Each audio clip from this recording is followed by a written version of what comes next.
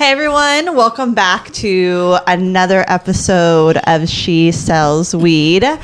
We are back. We are your hosts. I am Mindy. I'm Jax. And we have a lovely guest. Before I introduce our guest, I'd like to thank our sponsors. So thank you to the Pocket Dispensary and thank you to Delta Voice Dispensary. That's right. Our heart and souls are in can't do it without places. So come through and check it out. Yeah. And we have our always the best menus. Amazing friend, Diana D, here with us today on the podcast. She goes by on Instagram, Huynh_hi.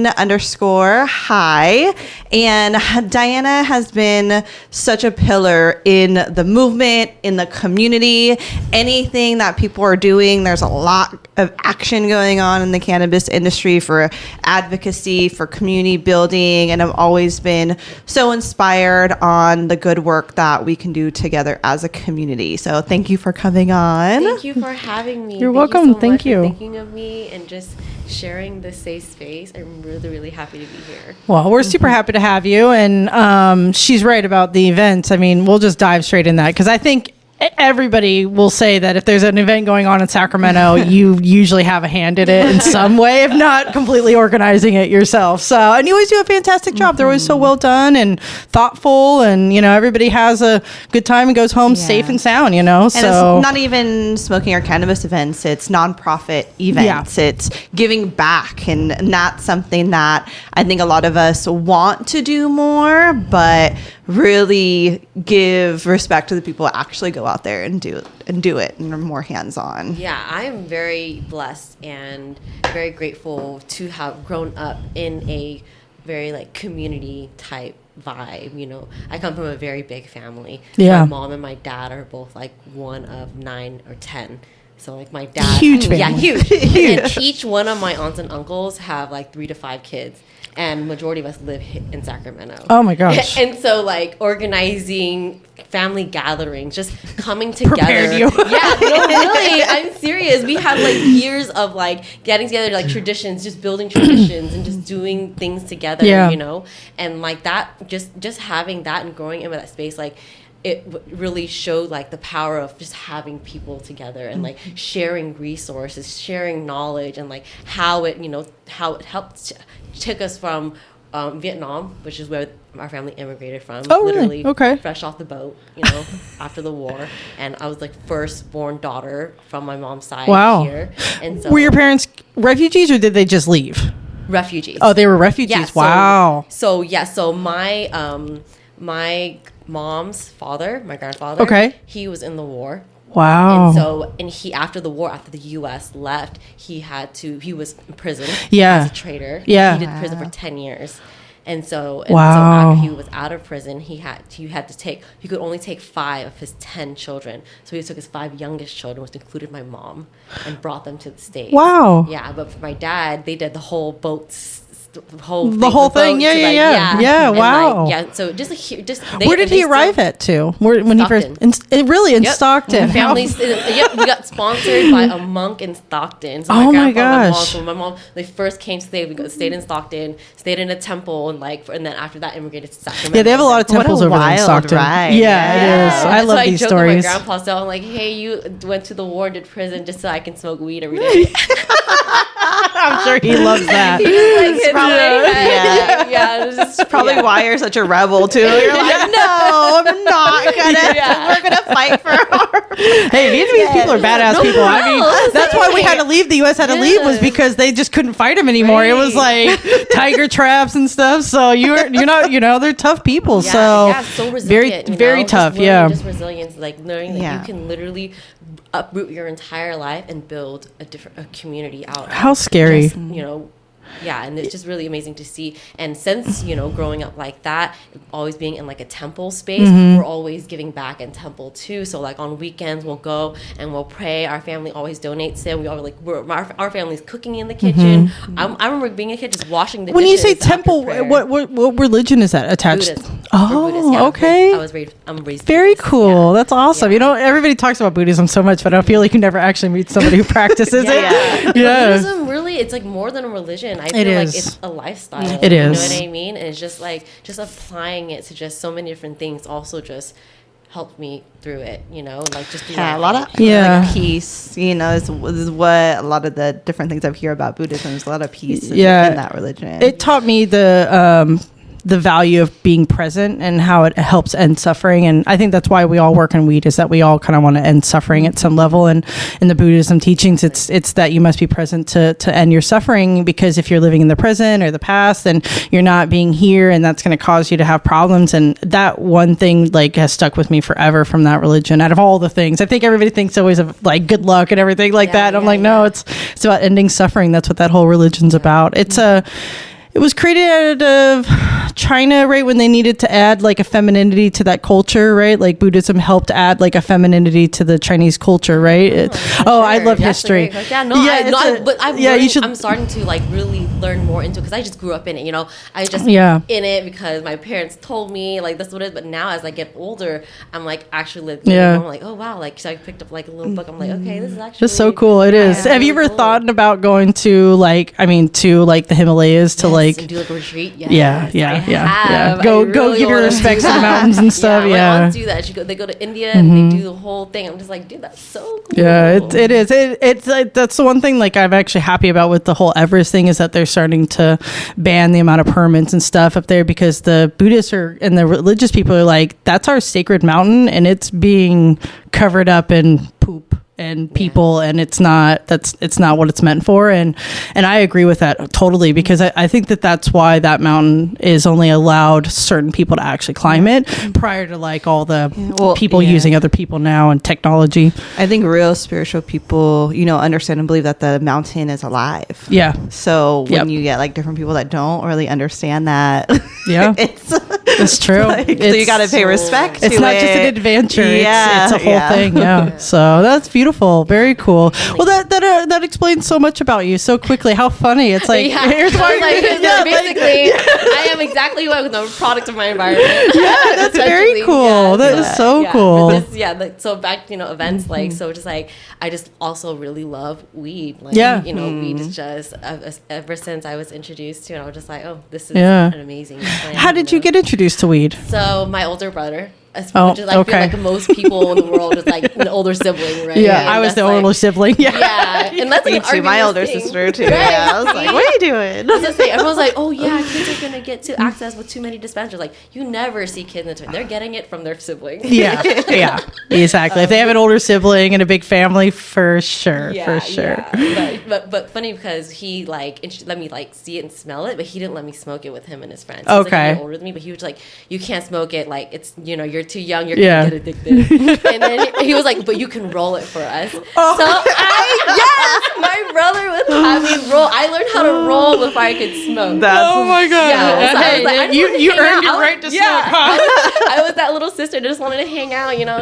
He's like, fine, you can roll some joints then. Right? Yeah, I actually rolled blunts first. Oh, okay. Yeah. So it was blunts first. At the time, back then it was like everybody was playing. So he's like, we were smoking, and like we had a lot of friends too. So like we were getting like swishers like by the box, and just like rolling them. And so that was a big deal when you could buy a whole box of swishers. Yeah, like, we have a lot of friends you can like pitch in together. But we would go on like these trips and stuff too. So like our friends in my high school, like we've all grew up together from like elementary school, junior high to high school. So we would go on like cabin trips and just like get super high and stuff like that. And that was like so fun. That was like my first, like weedy like thing. We could do all the fun stuff, but also smoke weed while we're doing it. We talked about that like the first couple times we ever smoked with friends, and like getting to smoke it all, or getting the money together to like buy it together, and how different it was back then for us, as young people. Yeah, but I didn't like that my brother didn't let me smoke, and so what sucked that since he didn't let me smoke,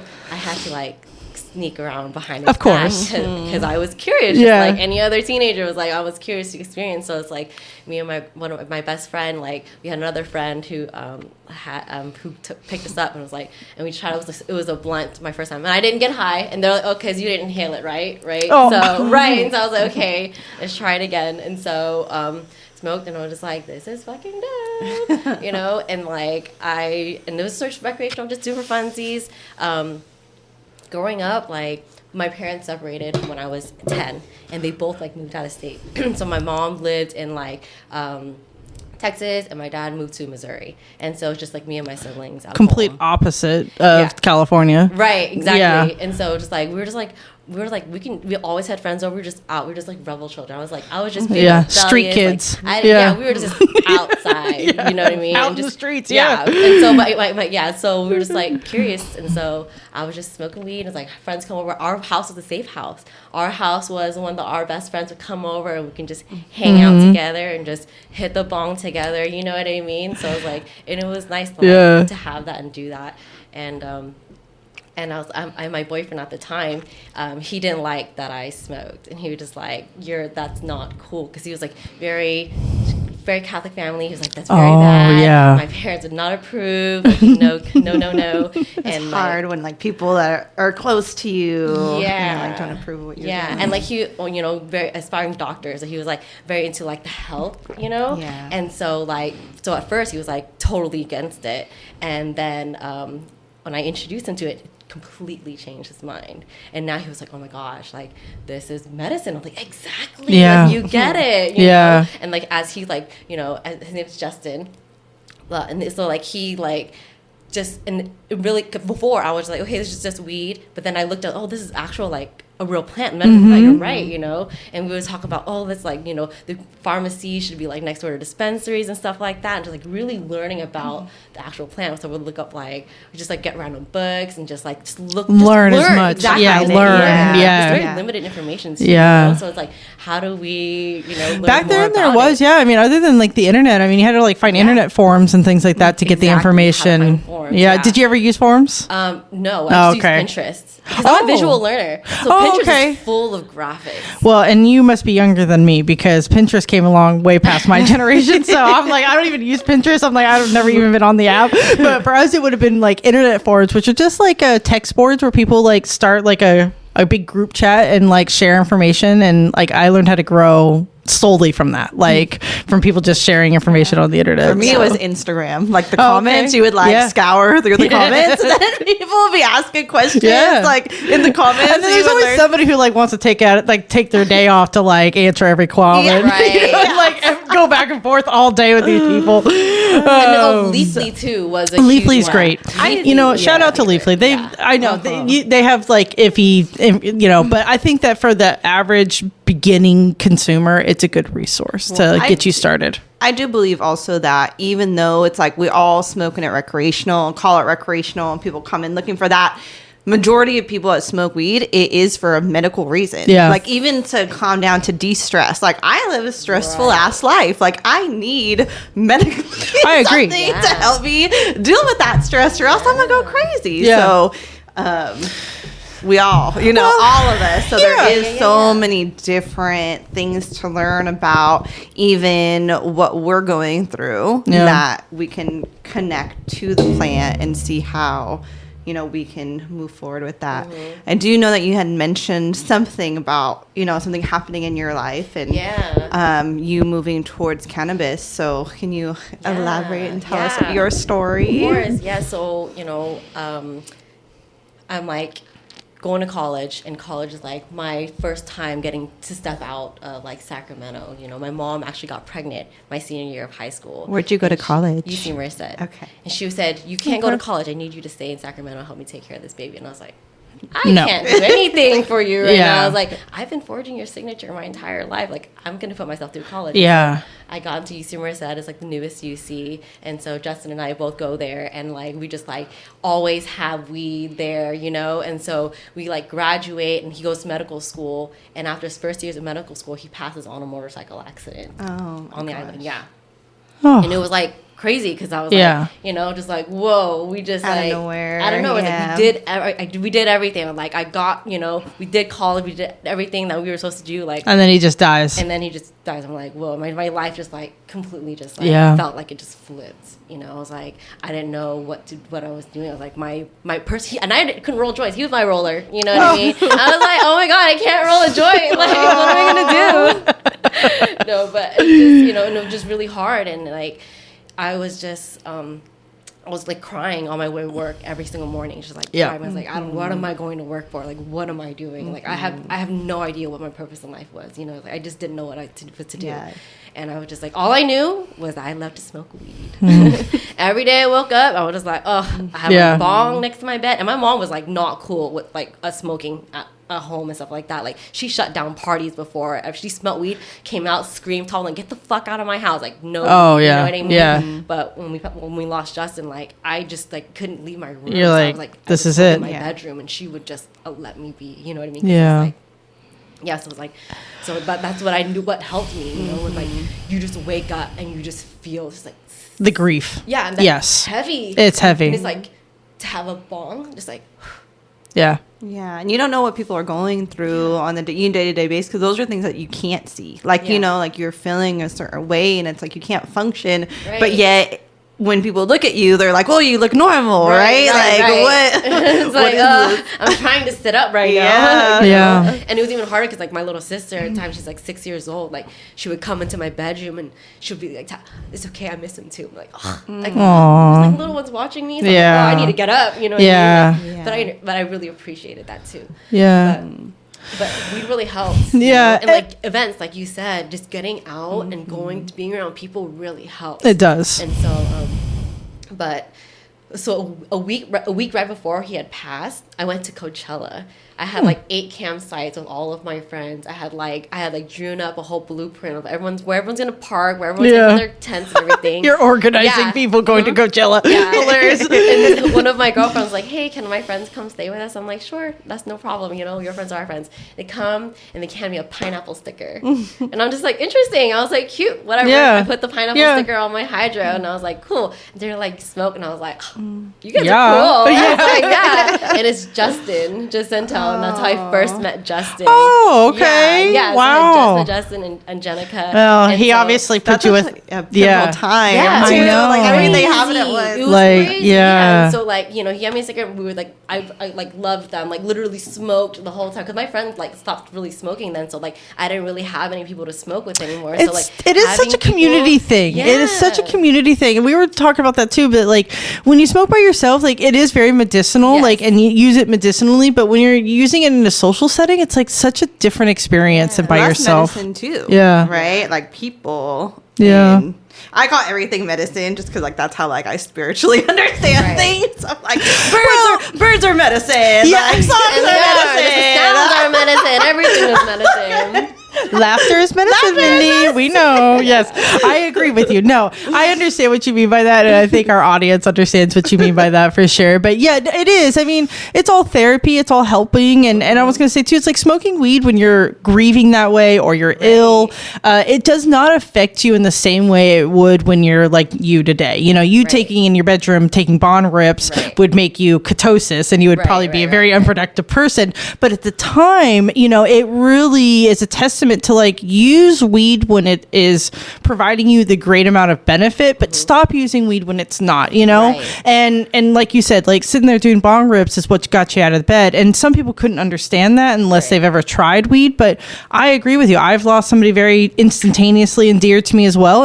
And weed was there for me. It's always been there for me. You know, personally, like I've found that cannabis backs me up when nobody else is. And I don't necessarily believe in God, but I 100% believe in cannabis and its power to heal people. And back to your Buddhism, like I think it has something to do with a higher power and a higher connection to the higher thing. Like that's the other thing about Buddhism, and correct me if I'm wrong, but there's like levels to life, right? Like of your experience of like your transition into like the higher like consciousness. How do we reach enlightenment? Yeah, we right. Like, and I feel like cannabis is a part of that. About that too. Oh yeah, let's hear my it. spiritual journey through grief yeah, too. Like, I love it. Yeah, like So before, like I said, when I was younger, I would just go to the temple just because my parents brought me there. I would light the incense just because they told me to. I would just bow and like say whatever, and I would just do it.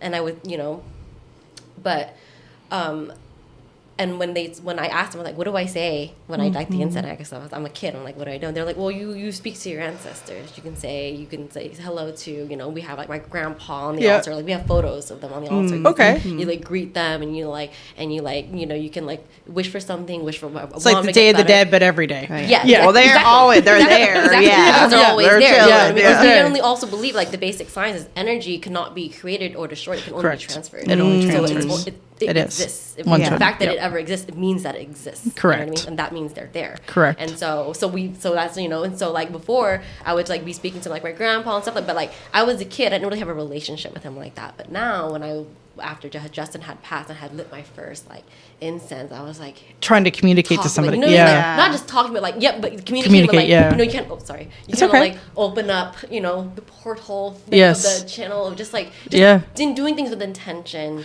and really being present. Yeah, the intention. Yes, being in the moment, being present in the moment, and setting the intention, and like just even setting your thoughts to be in that type of space and like into that kind of, you know what I mean, and allowing to receive that. It's like a belief too. I believe in it. Right. Yeah. That's why I don't mess around with none of that witchy poo stuff that people be messing around with, where like they're like, oh, this is just fun. I'm like, I don't play with anything, because like you said, like it's the intention changed it dramatically for you. You've been doing that your whole life as a kid, nothing, and the moment you put intention behind it, it becomes something. So our thoughts definitely dictate our reality for sure. Absolutely.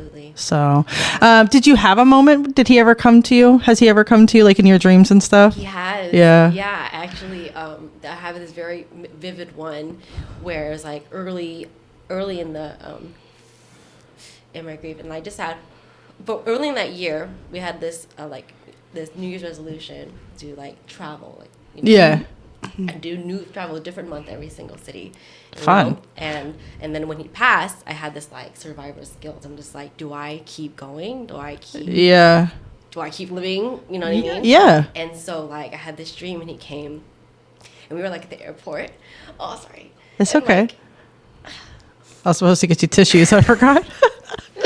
No, it's okay. Go ahead. I like remember jumping into his arms, and then he like whispers in my ear like, "Live for me."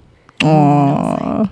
And I was like, I have to now. Yeah. I have to go. Yeah. It's like, do everything that anybody who wanted to do, So like, that's why I'm like, yes. He just wanted to see you happy. Yeah, like, smoke that weed. Yeah. Go hop on that plane, do that trip, just do live. it. You know what I mean? Live. Like, that's the best thing that we could do for them, like.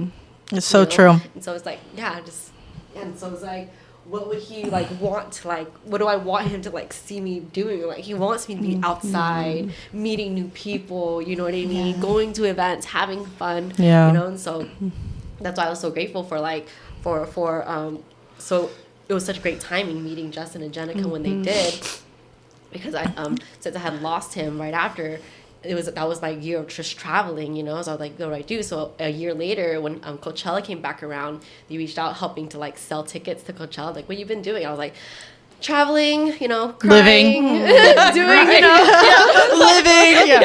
And I was like, I don't know. And so Justin's like, we have a booth at High Times Cal Expo. Come work the booth. And I was like, what year is that? 2019. And I said, fuck it. I have nothing to lose. Let's go. I'm game, And so I like go to Cal Expo, hop in the vent, do the booth, and I'm just like, this is so fucking cool. This is crazy. If your first exposure to being in the industry is a weed event, it is fucking wild. Like, you can do this in Sacramento? And it was so cool because there was this old lady. You're like, how long has this been going on for? They're like, forever?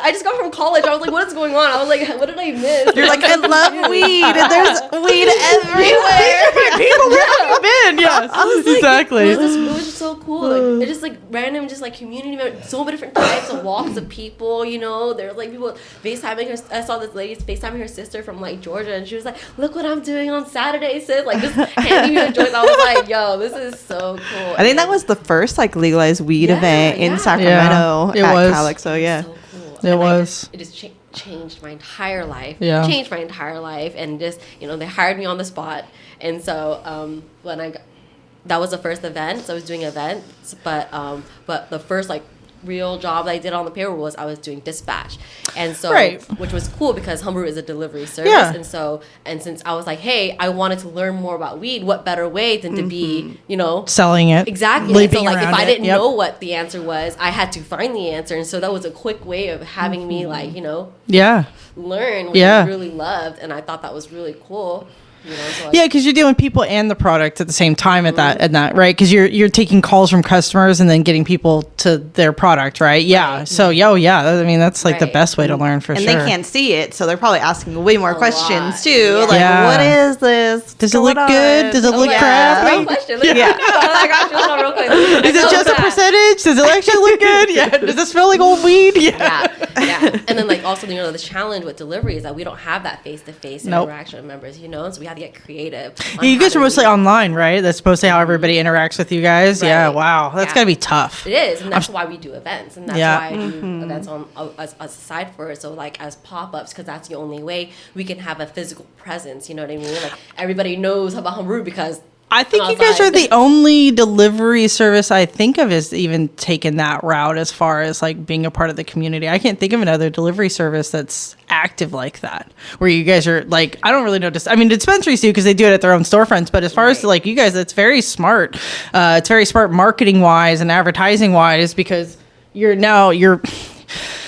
becoming more than just a delivery service. And that's what we want. Yeah. Because it is more than that. It's a lifestyle, right? Everybody who I've met in that whole group of everybody has been some of the nicest, most genuine people I've met that own anything, as a group. As a group, they're really good. Best big brothers. Yeah. Finding the best people is the top thing that you could do when you're building anything. Yeah, you got really, really lucky with that. Once again, you've got your guardian angel, right? Yeah, and see, and that I do, and that's what I feel like. I was like, oh wow, guardian angels for real, and after learning about all this, I was like, okay, this is cool. And then my dad got diagnosed with cancer, stage 4 cancer, and he's like, okay, he has 4 months, and I'm just like, Jesus. Shit. Okay. Yeah. Okay. I'm just like, okay, I have all this weed knowledge, right? Yeah. And all this access, all this product. He's like, no.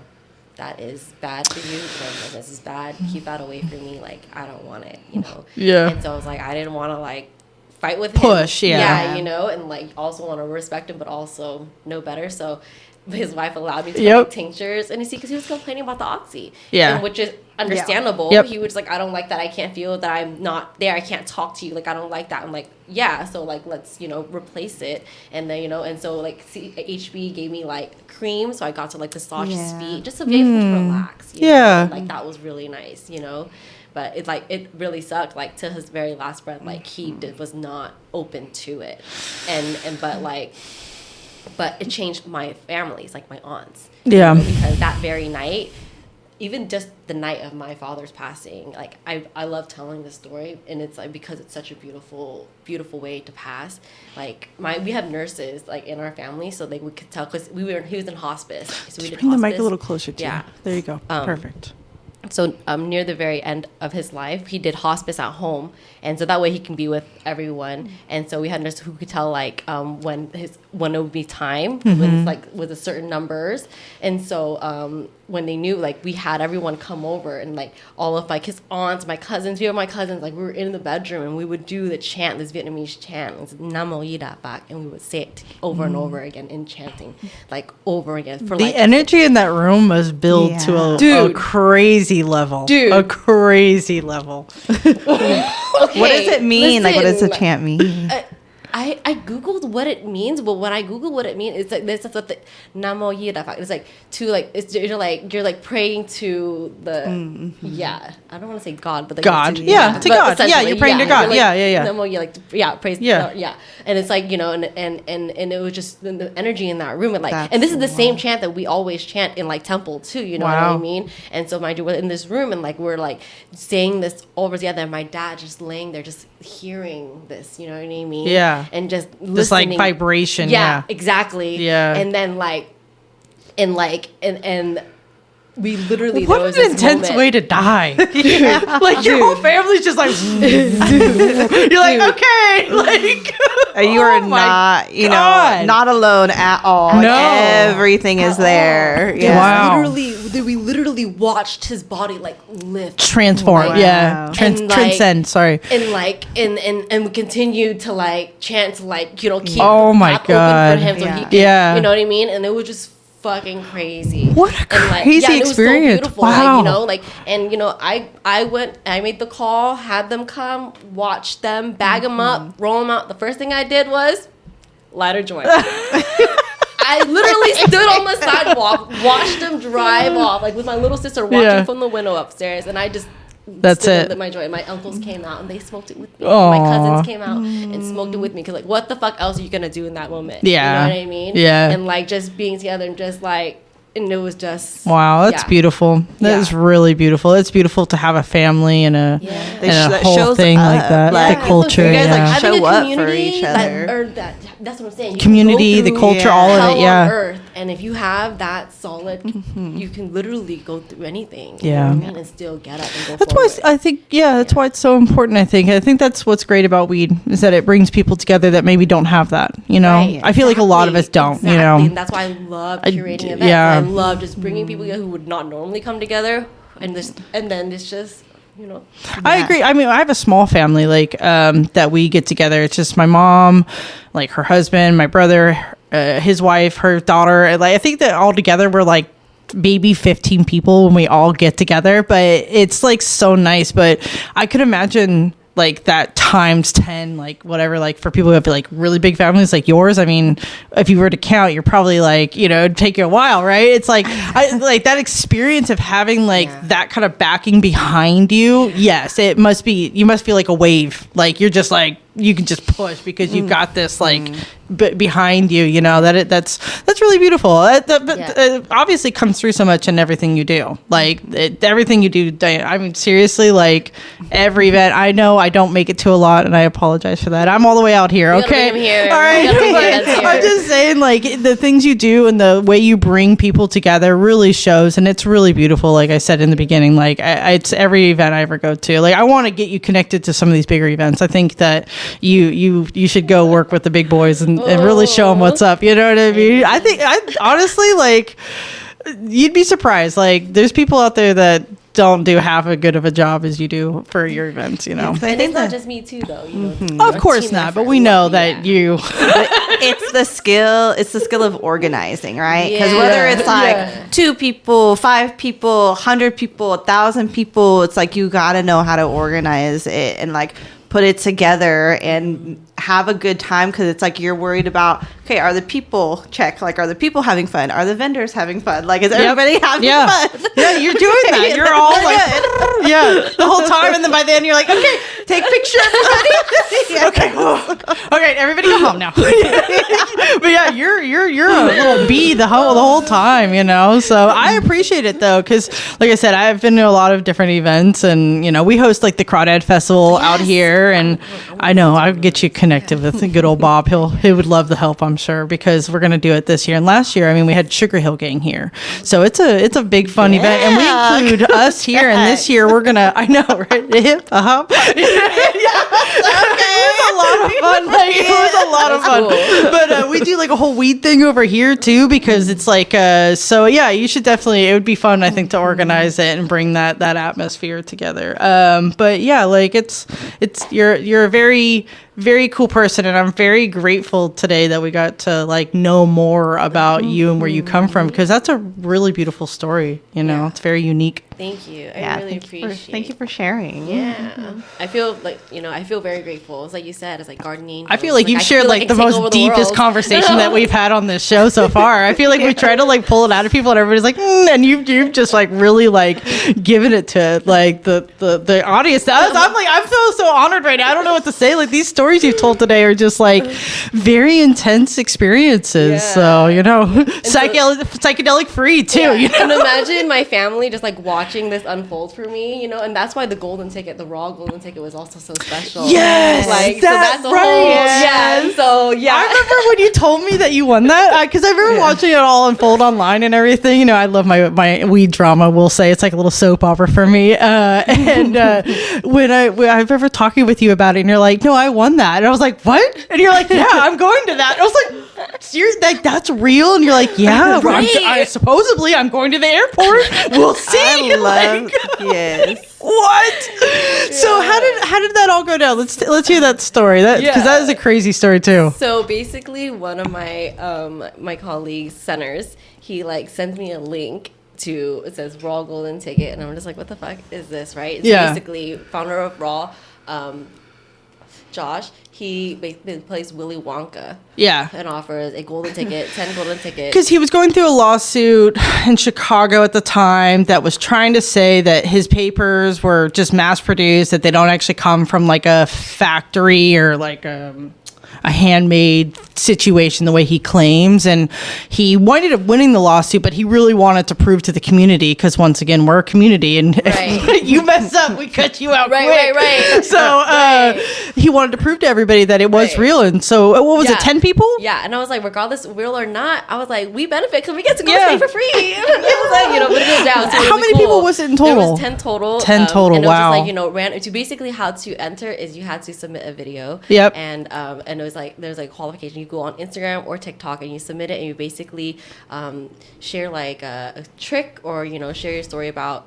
What was yours? Mine was that how cannabis helped me through grieving with Justin and my dad. Literally, that was it. And I was like, and how I found, you know, just how I found my community and stuff. Yeah, and it's connected to travel too, because like that's what you wanted to do. Wow, a lot of connection there. And so I was love that. Hopped on a plane, and it was so cool. It was just like, you know, we go in and you get under a roof with other people who just won this golden ticket. Like, you felt like Willy Wonka, huh? Yeah, literally, it was so cool. I met Riley Kirsch, awesome. Like, I've always like followed her on Instagram and stuff, you know, so I was like, that was really cool. Is that the doctor lady? Yeah. Okay, yeah. So it's like, she makes like educational, like easy, consumable, digestible, like, you know, information. Content. Yeah, and so it's awesome, and I love that.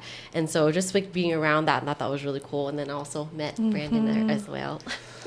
Yeah, I met my boyfriend there, and it was really cool. Yeah, he won one of the tickets too. Yeah, which is awesome. And he's like from Georgia, so it's like we like really the likelihood. Exactly. Yeah. So it's just like, you know, he really like loves the plant. Did he grow up in Georgia? People come together. Oh yeah, you got yourself a Southerner. I've got a Southerner too. They got a certain specialness to them. They're a little different than Cali people. Like, love it. You know. Yeah. And just like, it's just so cool. You guys have traveled a lot just recently, right? Mm-hmm. You've been all over, but we'll get ahead. So how was Spain? Like, how was seeing the papers made? I mean, is it everything that they claim it to be? I mean, I don't really. Did they make you sign an NDA? They're like, yeah, we're taking it to Spain, but just get it when you get home. Just let it go.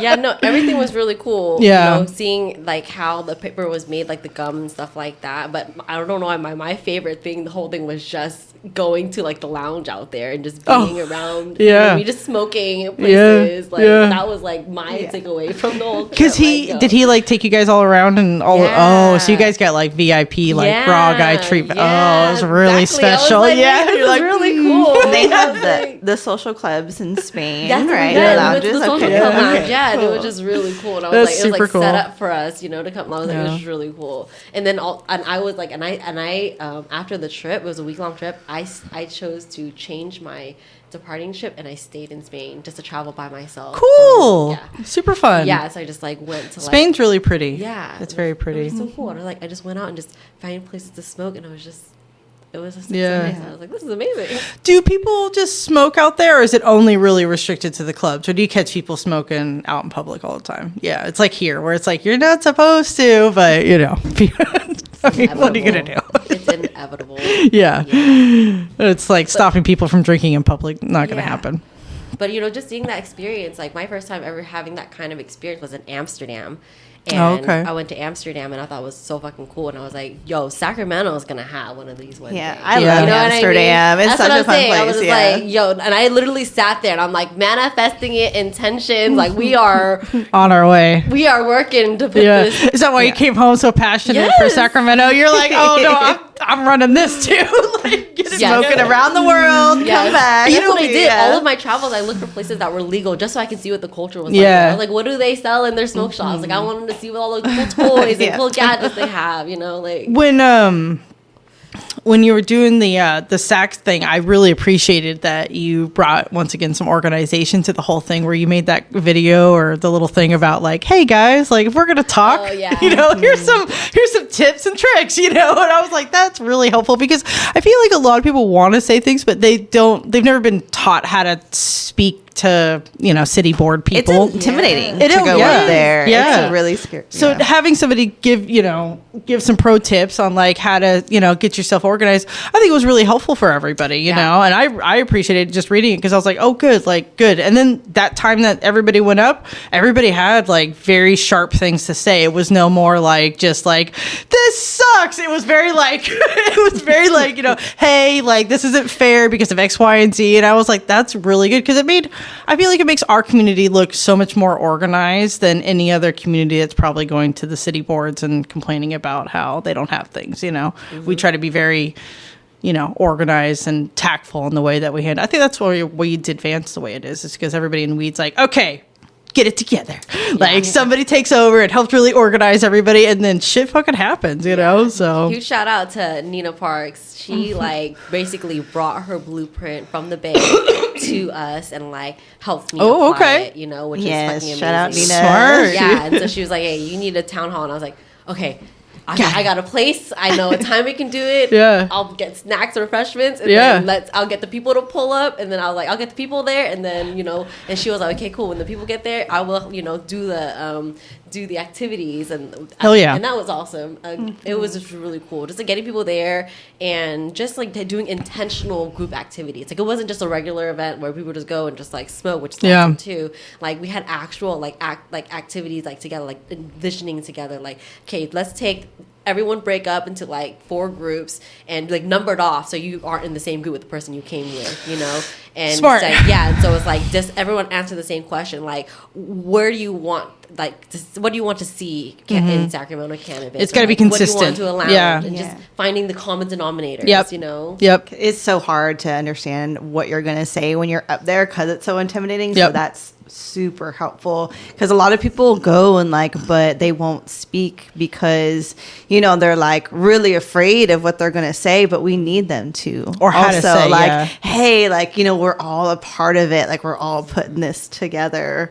But that was a dope I was there. I know. I wanted to be there. It's hard. But no, it was cool, that connection to learning from different people and in the equity trade, and how you have to connect, and we're connecting with now these different cities and these different places, and then you're going worldwide smoking on all these lounges. We're gonna go out there too, but it brings us all together. It does. It really does. It's freaking awesome, and I just love how how much more the industry is going to grow and change. This is just the beginning.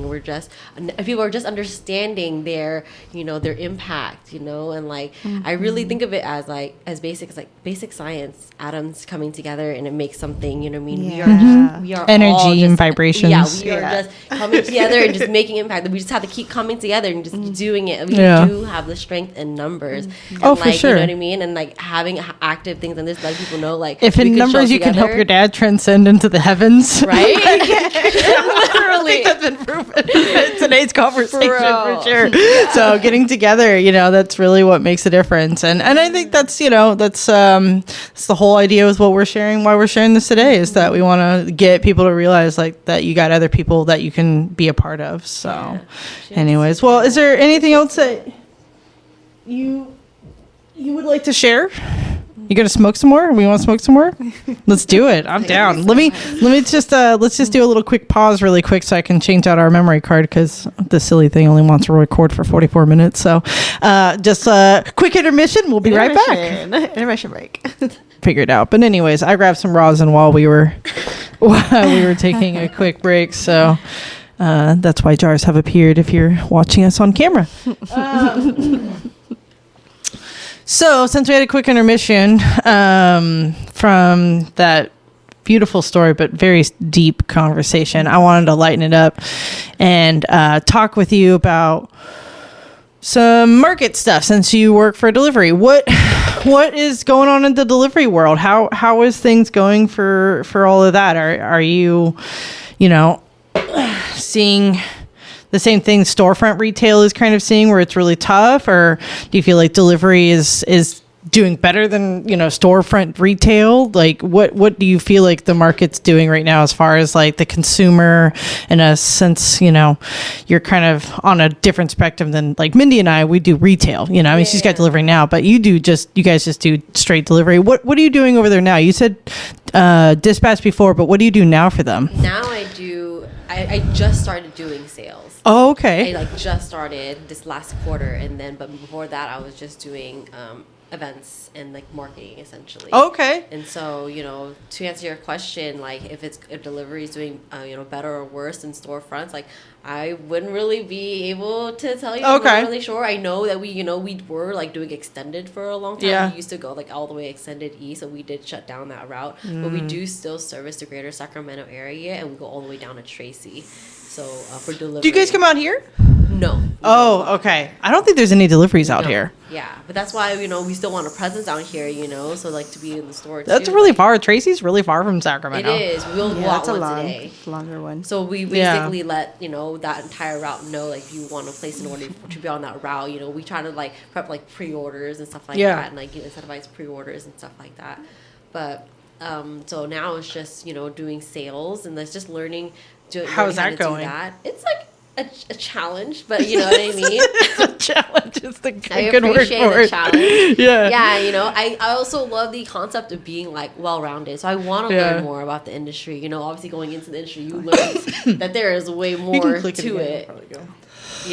Than just selling weed over the phone. There's a whole. Is that all you're doing right now? It's like kind of cold calling people? No, that's what I was doing. Okay, 5 years ago. Yeah. But like now that I'm like more like on this other like operating side, like I can see things way different. Yeah. There's a whole. It's a lot. It's very involved in in the showing up and doing the demos and everything. Yeah, exactly. Are you having to do all the demos and everything too? Oh wow, they got you. They got you working for sure. That's tough having. I know a lot of reps that have to do that, and it's some work. Yeah, but I also appreciate too. It's my first time going out and stores and like doing demos at like Pocket and stuff, and I do really appreciate just so being on that side to understand what it's like, what it takes, know what they need to like be able to like create that list, like this is an essentials box, like what we would need for any type of pop-up type, you know what I mean? And helping figure out that, build that structure and like allow it to be like.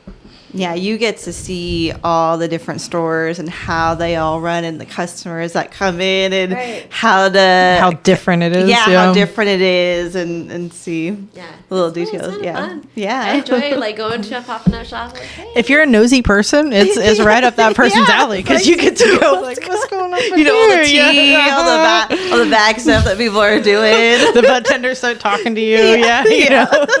No, I'm not supposed to talk to you, but that guy's a jerk. But no, but it's fun. Yeah, no, I love it when VAs come through. Like we get to have fun conversations, and it's nice too because then when you go to like two events, like especially like the industry ones, like Hall of Flowers or something, it's like you already know everybody because you've like literally worked around them, which is also really like just back to the events. It's like it is when now that you're like on this side of it, like you can see the value even more probably in events and things like that because it's like we have to get together like all together. Exactly. Just like that's not now like before when I was doing just events for like Humber like delivery, we didn't really have much value at the time for like bartender appreciation. You know what I mean? Yeah. But like now we're just like how we have our products and stuff like that. Like we want them to try our products because they're the ones actually selling them in the stores. Yeah. You know what I mean? And so like that's why we started doing like an event called like 422. So save the date, April 22nd. Oh, okay. Yeah.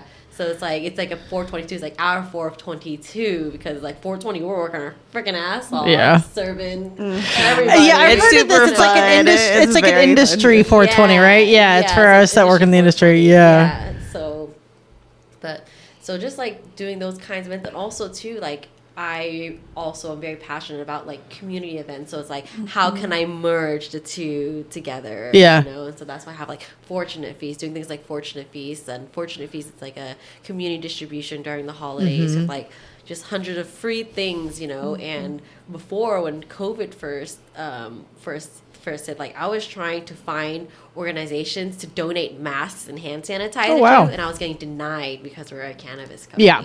You know, and I was like, that sucks. I want to help too. Yep. No. You know what I mean? I was like, no, I remember all the extraction companies. Remember, they were like helping out by like making hand sanitizer for everybody and was like sending it out to like all the dispensaries and stuff. Yeah, I still have like hand sanitizer, like from Herbal, like all these older brands from back then. Like like they sent out a hand sanitizer. It was kind of cool, you know. Yeah. They're trying to do their part for the dispensaries because we don't get a lot of that like helpful aid stuff for workers because we're weed. They're like, you guys are over there on your own island. Take care of yourselves. Right. And we're like, man, come on.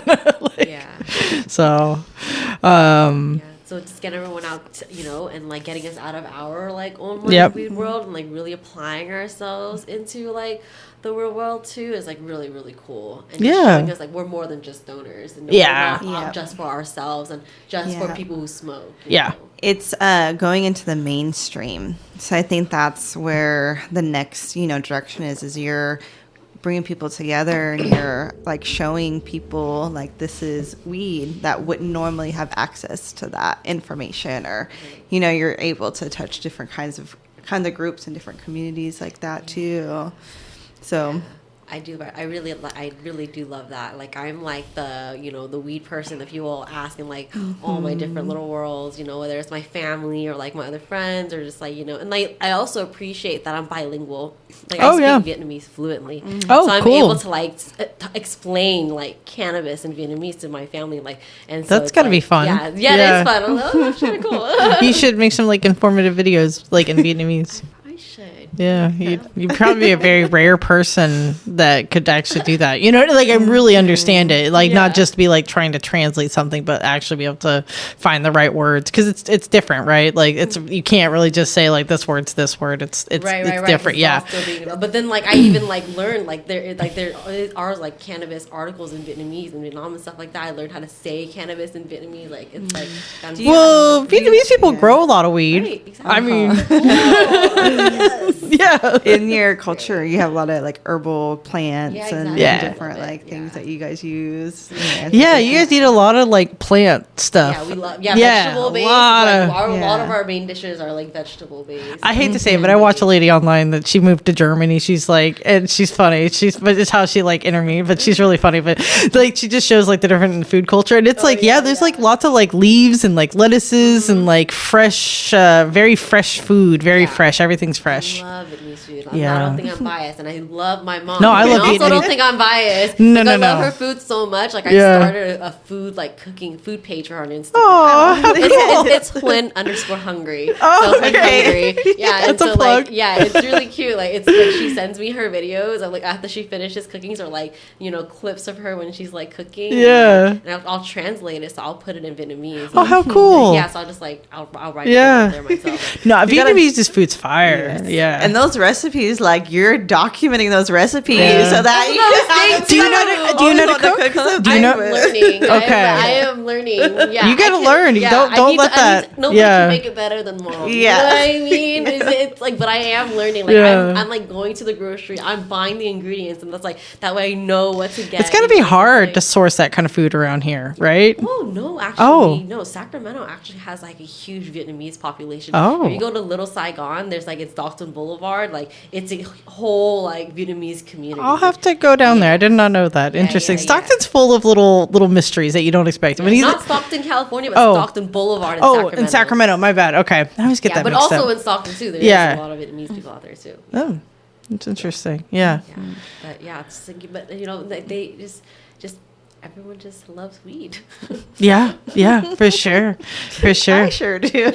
Yeah, I mean, no. Like some people who don't know that they love weed, you know, like also too, since I have such a big family, we have, you know, teens who are become adults who are curious. You know Yeah. what I mean? And who are they going to ask? Their trusted older couple. the older one that's gonna bring them into weed. But they're gonna grow up without it being illegal. It's just like a thing like alcohol, though. It's like, hey, you gotta wait till you're 21, you know, or unless you get a medical card, whatever, you know, which is basically like you really want to smoke. But yeah, like it's gonna be so different for them. Yeah, so different for them. And it's so amazing for them. I'm happy for them that they have someone they can trust, who they can ask, and they feel comfortable and not feel like, you know what I mean. But even if they did, they're gonna go to a dispensary now. Like they're not gonna go to some weird guy down the street, that, right? You know, but like smoking it at home though, like, you know what I mean. Like we would not have been able to smoke at grandma's house. No, but grandma doesn't care now. No. Oh, yeah. Now they're down. Like we can smoke together, like in the backyard, like we don't have to hide it. You know what I mean? Like just showing, just like, and like some people are like, oh, I'm scared because of my parent. I'm like, I'm gonna show you how to stand up to your parents. Yeah, it's because they're already pouring you liquor shots, like alcohol shots. That means, you know what I mean? Like, let's it's be real. it's yeah, exactly. Weed's so much nothing like alcohol. Yes, exactly. At I'm all. just like, okay, look, Yeah, that's where we. I agree. Yeah. Anyways, so Everyday part of life. Yeah. So, do you ever see yourself trying to grow weed? Yeah, I try. Oh, what happened? They die. Oh, I don't know. Maybe I'm not doing it well. I'm not paying enough attention. But Brandon grows. okay. And so he's actually moving to Sacramento, and so. Oh, he doesn't currently live out here. No. Oh, Yeah. And so, like, he, like, grows really well. Like, he loves smoking his flowers. So Nice. it's like, I really, really want to learn. Like, That's so perfect. What are the likelihoods that you would beat somebody from the South? And it's super illegal over there still. yeah, exactly. And I was like, you love weed and you want to grow it? This is a great place to do that. I was like, hey, I know a spot. Yeah, I know where you can grow some weed, man. Yeah, literally, for sure. You can definitely do. That's so funny. That's a real golden ticket, right? Yeah, Like, literally you're the just- golden ticket, right? To Weedland, you know. I mean, yeah, for sure. I mean, we're like a mecca for those kids over there on the East Coast. Like California is like the mecca. I'm curious how different like weed is in different states, and like I want to like sample, you know, different ones just to see or like compare side by side. Like this came from like. I'd like to seek out their top Missouri? shelves. Like I go find like the more expensive stuff in somewhere just to see what it looks like. And it always surprises me what people like value as top shelf over there versus like what we value over here. Like the not even that. It's just like our quality of like the best is like way up here, and like mid tier for us is like a lot of their top shelf over there. Yeah. And it's like $80 an eighth. No. Yeah. So like my dad lives in England, and it's really expensive there too, but they're starting to like open up a culture of it, so like they're passing medical and stuff. But yeah, over there it's like stupid expensive. Like distillate carts go for like $40 over there. It's crazy town. That's why it's crazy how to town. grow their own. That's the way to go. You know what I mean? Well, the reason I was going to ask if you've ever grown is because I have a friend who's shout out Lucy Hashco Seed Co. But they make auto seeds, and I have a bunch of packs that they've given me. If you would like to try some, and they're auto flowers, so they're really easy like little plants. In the yard. Say that. Auto just does its thing on its own. Okay, not auto. Automatic. It's not a car wash. No. It just drives through, it just produces buds.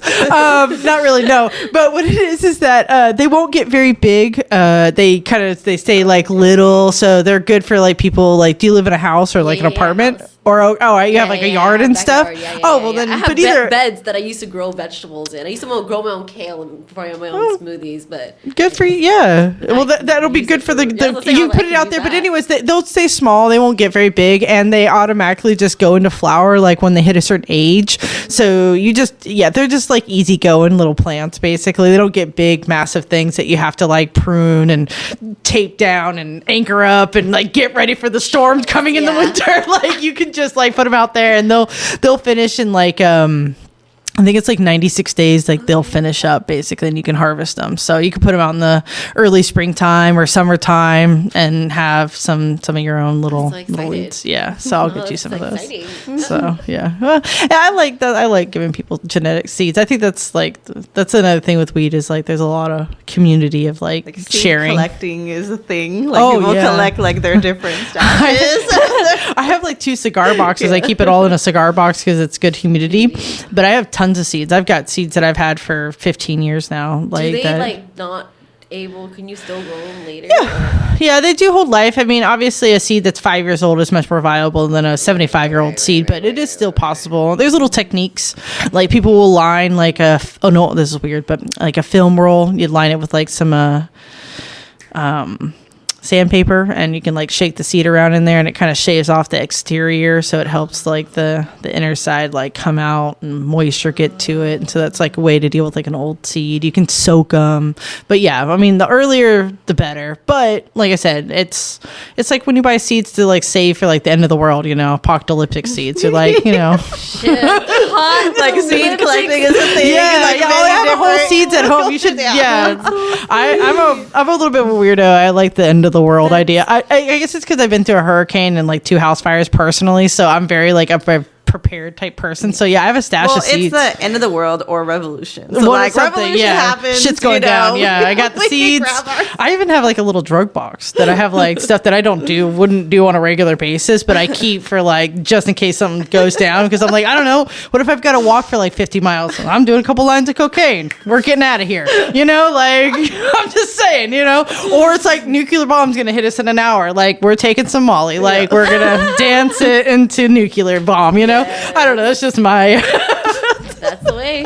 So I like to prepare for any situation, you know. Yeah, better to better to stay ready so you don't have to get ready. That's right. That's right. That is right. I like to stay ready instead of getting ready.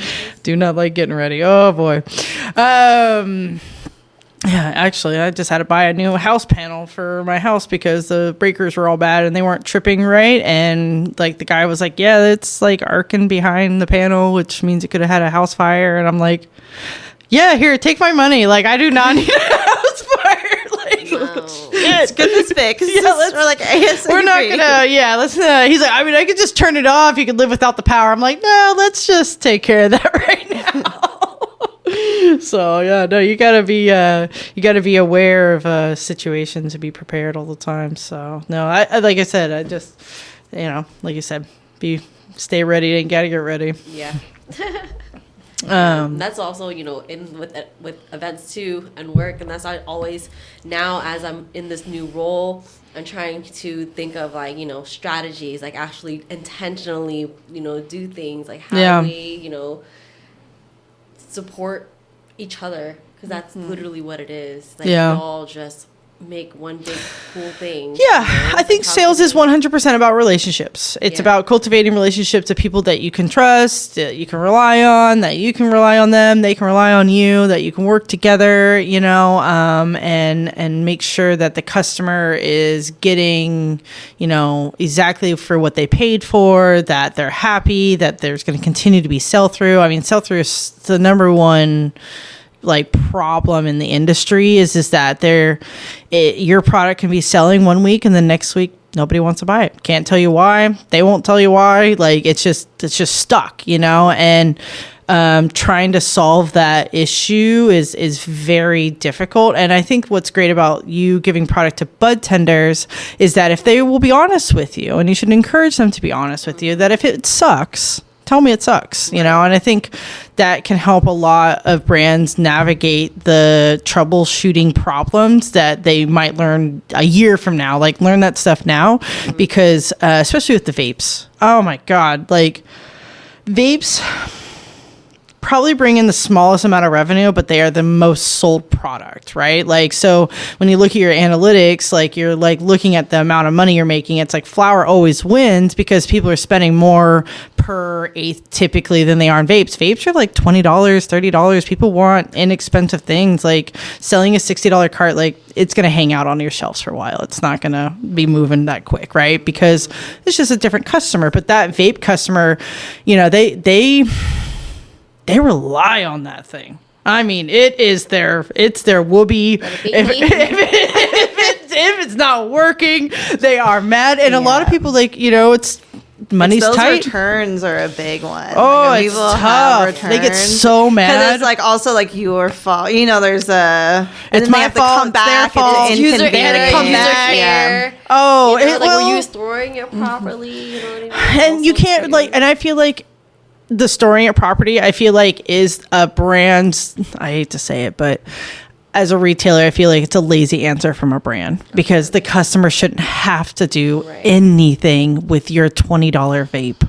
Right now, if they went and spent $75 on a half gram from 710, sure, like that's the customer that you can be like, no, you're buying the $75 half gram. You're going to want to keep it upright and preserve it and not hit it too long. And that customer is like, okay, cool. But the guy that's like the truck driver who's, not the truck drivers don't even smoke, but just the average blue collar guy that's smoking vapes, like he just wants that thing to work every single time and doesn't want to have to worry about if it's upright or if it's not gotten too hot, So I think that's the one thing in the vape world that I want to see like fixed a little bit is like, hey, let's make it easier for the customer. We don't want to have to make them work hard. We want to make it easier for them because the easier it is for them, the more likely they'll buy your product. So and that's how I also want to like shift the events too. Also instead of only doing bud tender events, we started doing like public. The events that we like specifically send invitations to like customers and invite them to like a private event for just them, and like we did at the Pineapple Store too, and it was really cool, and just like had like a roll bar and just and just treated them like. I had an event this year reach out and was like, hey, we want to give your store 10 tickets for friends and family to come to an event and 10 tickets for your superstar customers, like the ones you're seeing all the time. And we would like you to just, offer it to them. If they don't want to go, pick somebody else. But definitely like we want to encourage, you to bring your friends and family and your superstar customers to this event because we want to expose them to things. And I was like, that's nice. That was very smart. Yeah. Very smart because a little party, like merch. Just create a party with the people that you like, are around every day, because now the brands are getting able to target directly to that customer that's consuming their product instead of it just being people who enjoy weed. It's like, it's like these people come to the club, right? Like they're buying the products, like they're the ones exposed to it because let's be fair, not everybody who consumes cannabis is buying it from a retailer. There's still a mass production of people that are buying it off the streets, right? Like, and that's not the customer you want going to your event because that is not going to equal dollar signs for those brands being there. You want the ones that are coming in here every day. So it was a very smart move for them. But anyways, and then those customers came back all excited to try it and come here and like they were like, we saw this product there and we really liked it. And I was like, cool, and then I had a couple other people, and so then I was like, all right, I'm gonna have to bring this brand in, like even though like I didn't want to, it wasn't like my choice, but customer wanted it, they got exposed to it, and now I got to comply, so in a way that gives the brands a little bit more power at the dispensaries because it's like, what are you going to do, say no to your customers? They like my product, you have to carry it now, and you're like, no, but okay, fine. Are the margins at least built in? Like, right, and the answer is yes.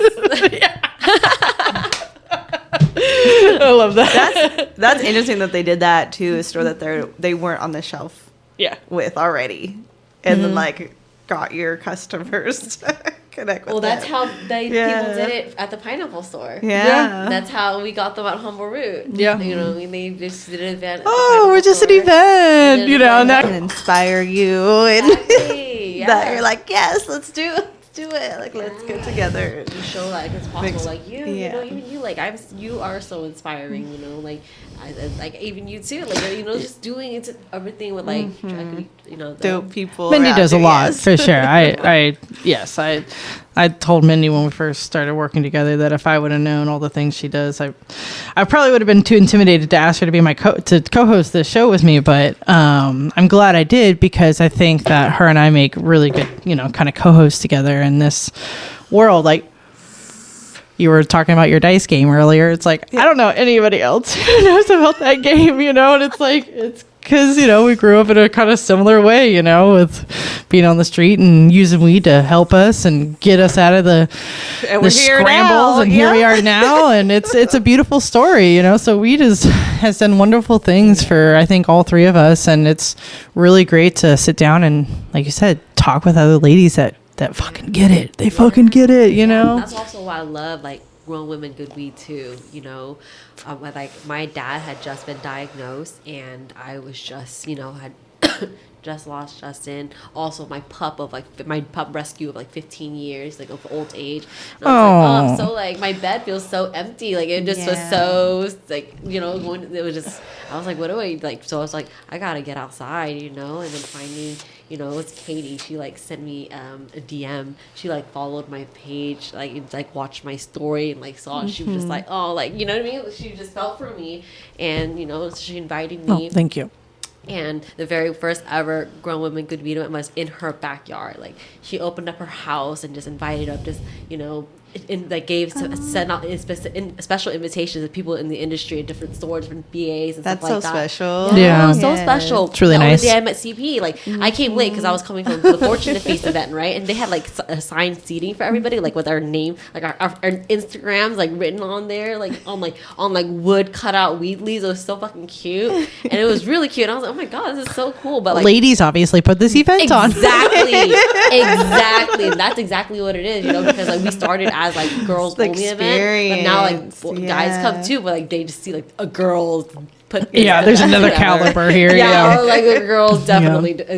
So and it was really cool, but like that was my very first day meeting like a bunch of people I just fucking love being around now. Being in a room literally and people who just care about it and love it as much as you do. Like it was just really cool, and like we want to keep recreating that for other people. You know what I mean? Like we've done events where there's like moms that come in, like. Yeah. And they, they don't want to be around people, make them feel like they're a bad parent and stuff like that. It's so healing to be in this. We were talking about the stoner circle earlier, like in the circles where all the magic happens. Yeah. And that's why, I do think that the lounges are so important because it just bring people together, because it sucks to have something or want to do something and then it's like, oh, well, then you can't smoke weed. It's like, hey. I love it. I see it happen all the time in the Delta Boys Lounge, where I will be showing somebody how to like use an e-nail, and like there's already somebody back there smoking a joint, and like that person they'll be like, hey, what's up, and it's like next thing you know I come back and it's like they're sitting there, their session, they're chatting and like sharing each other's Instagram. Now they're best friends. They're like, bro, you come here often? Like, are you smoking here on Thursdays regularly? And they're like, yeah, I stop here on my way home work. Now these guys are like, and gals, everybody is like building a new relationship, an adult relationship with weed, and friends out of that. And it's really cool to see that happen in a raw, like these people don't know each other, like they've never met each other before, and like that lounge experience brought them together and they got to share a really cool afternoon. It's so cool. They both love the same thing. Yeah. They're back there playing video games together. It's super funny. They're like, bro, did we just become best friends? And I was like, that's literally. Like, this is so funny. Like I'm going back in the store. Like, you guys have fun back here. Like, this place, I have dudes that cry sometimes. Let's be fair. There's mostly dudes that smoke weed. Like, I see more guys per day than I see ladies. That's just the reality of it. But dudes that are like, they come out of the lounge sometimes and they're like tearing up because they're like, this place like gives us something, and it's like, because a lot of people can't smoke at their house. I can't smoke at my house, my girl, with the kids. A lot of people have kids, and it's like, you have kids at your house, like you can't. We smoke in the sunroom now, so right. I was like, all right, get it together, bro. Yeah, exactly. But we have a sunroom that I smoke in as well, because that's the compromise, but yeah, it provides just like this great space. So I'm so looking forward to seeing Sacramento like evolve that and see where it goes for Sac City, because I think that that community really wants it. I think San Francisco, LA, Sacramento, like Eureka, these are some of these like major hotspots of weed. Santa Rosa area, Santa Cruz, will say, like they're kind of like really like hotspots. It's like They all need that for their community, and it'll help the brand. It'll help everybody, honestly, having people come together. It'll help grow everybody because the sharing and the evolving of what we like and don't like will help come out. And I'm really looking forward to seeing how it changes everything. So, and I also think that like these bad players in the industry, like that information is going to get sharing around more. You know what I mean? Like rotten fruit will fall by itself. Yeah, so, but yeah. Gonna keep doing me. Everyone's just gonna keep doing them. That's a good saying. I like that. Yeah, this is really greasy. What is this? Zope. My cadre. The first time I ever had Zope, Bruno gave me a roll, and it was Zope flower from Deep East with Zope rosin, and they had put Zope terps on it. So it was like Zope on Zope on Zope. The Zope is Zope you'll ever smoke. Shout out to Bruno for that. And that was the first time I ever smoked Zope, and it got me so fucking high that, I mean, I started sweating while we were smoking a joint, and I was like sweating. I was like, whoo, like this is some stuff right here. But I think it was all like the terps, like the hash with like the terps and everything. Because it was Zope, but it was like Zope. Like, I mean, it's Zope as you could ever imagine Zope to be. I'm not kidding. It was so Zopey. I know you think Zope, but it's so Zope. Like, yeah. This is good, but see how greasy it is? Yeah. Imagine that, like, times 10, Anywho, so, well, it has been a blast of a conversation with you, Diana. You've shared a wonderful portion of your life, for sure, with everybody, and I greatly appreciate you doing so. Thank you for listening.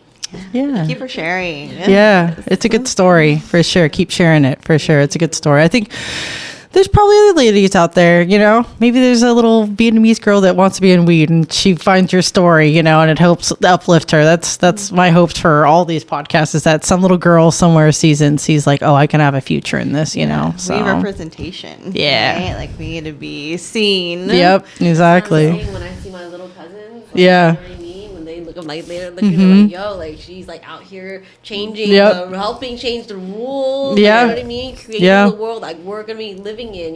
Yeah, and you're gonna help inspire that. Yeah, it's cool. It's cool to see them like take the ball and like run it a little bit, right? Like you've carried it so far, and like they're like, I got it. Like passing there you go. Passing the ball, passing the lighter. Passing the torch. Yeah, the passing of the torch. Exactly. So I love it. So what's your Instagram again? Huynh High, HUYNH_high. Perfect. Well, that was my video that just died. This has been a fun, wild podcast. Cool. There's lots going on in this podcast. So if you're still listening, we really appreciate you coming all the way to the end of our show. And please follow Miss Diana on her page. She's always doing really fun events. So if you're in the Sacramento area, or if you come up to the Sacramento area, she's usually got something fun for you to do that includes cannabis. And we hope all of you have a beautiful day. And make sure to give us a follow and a like and comments and reviews. They really help us grow the channel so that we can get to a higher place in the platform of the internet. And you guys all have a great day. Thank you. Until next time.